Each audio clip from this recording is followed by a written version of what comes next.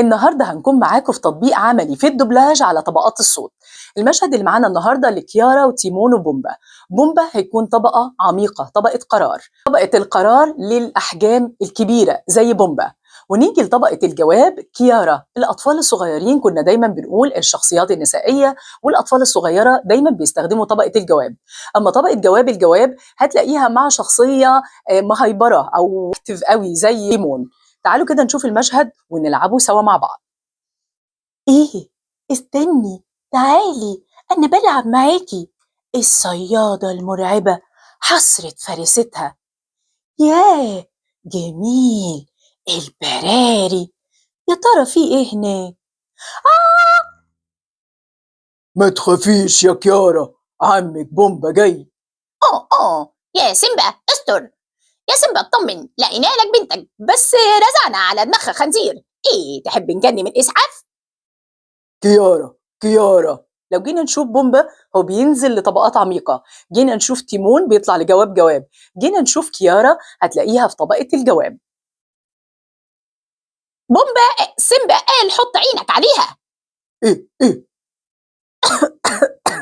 حتى لما نيجي نعمل ساوند افكتس لازم تطلع من الدايفرام كاني بكح. معلش انا تعبكم شويه، كاني بكح، مش هعمل نو. كاني بكح فعلا.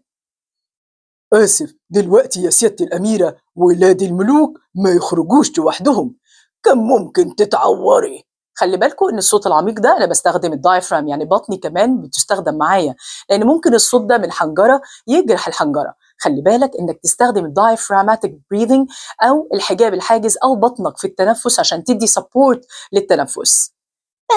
بس كيارا بدات تطلع لطبقه الجواب اللي هي في النص، اللي بنسميها النيك فويس. تتعور؟ كان سيمبا ينسفنا. بدا تيمون يطلع لطبقه الجواب العاليه. جالك انزلاق غضروفي؟ ولا جلدك اتكرمش؟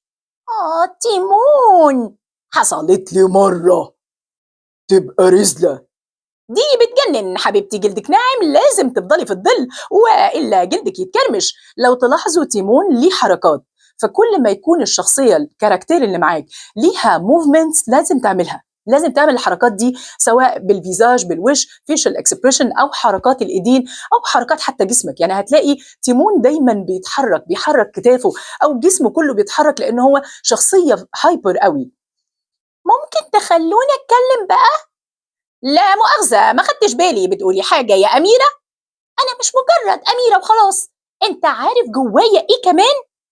ها، وجواكي إيه كمان؟ يعني أنا هي على ما بتفكر بتاخد مامبلينج او وقفات. خلي بالك من الوقفات دي لان احنا مش بنأدي النص كاننا بنقرا سكريبت. الدوبلاج فن وليس مجرد قراءه لنص. لحد بقى ما تفتكري نشوف أكلنا حشرات يا اللحمة اللي بتقرمش.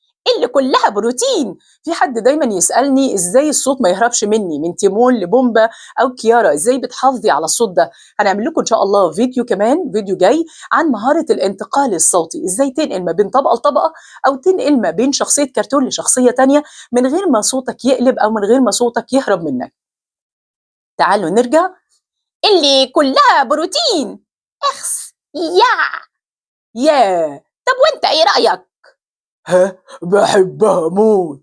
مش اي حب. يا بحبها موت. دايما تعمل كده، تدوق من كل واحدة وبعدين تسيبها، ده اللي بيجنني. ما هو لازم وأنا عامل رجيم أكل بس الرفيعين. رفيعين؟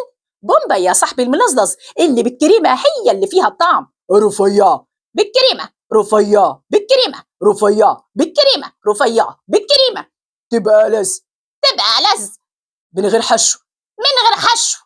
تبقى لز. تبقى لز. الله it so much انه مشهد كوميك، وكمان تيمون وبومبا شخصيتين بينهم تناغم شديد وبينهم سرعه، فان صوتك يبدا ينتقل بطريقه فيها انسيابيه لازم نتدرب على طبقات الصوت. لحد اخر المشهد طبعا هيقعدوا يقولوا تبقى لز تبقى لز، فبالتالي المشهد ده صعوبته انه فيه 3 طبقات للصوت. وكمان حتى في الطبقة الواحدة بتاعت كيارا كانت بتنزل للهاش فويس وهي بتقول البراري، أو طبقة الويسبرينج عشان ما تمشيش الفراشة اللي بتطير وراها. خلي بالكم إن التمثيل بيحتاج لوقفات، التمثيل بيحتاج لمشاعر، التمثيل بيحتاج مننا إن احنا نتقمص النص، نتقمص حالة الوجدانية لكل شخصية، وكمان نقلد حركاتها بالملي ونبدأ إن احنا نحس. حتى هتلاقوني في تيمون كنت بتحرك، في بومبا كأني بضخم جسمي، في كيارا كأني حركاتي بقف على طراطيف صوابعي عشان أبدأ أعمل البنت الصغيرة أو اليوبار الصغيرة اللي بتتحرك بكل خفة.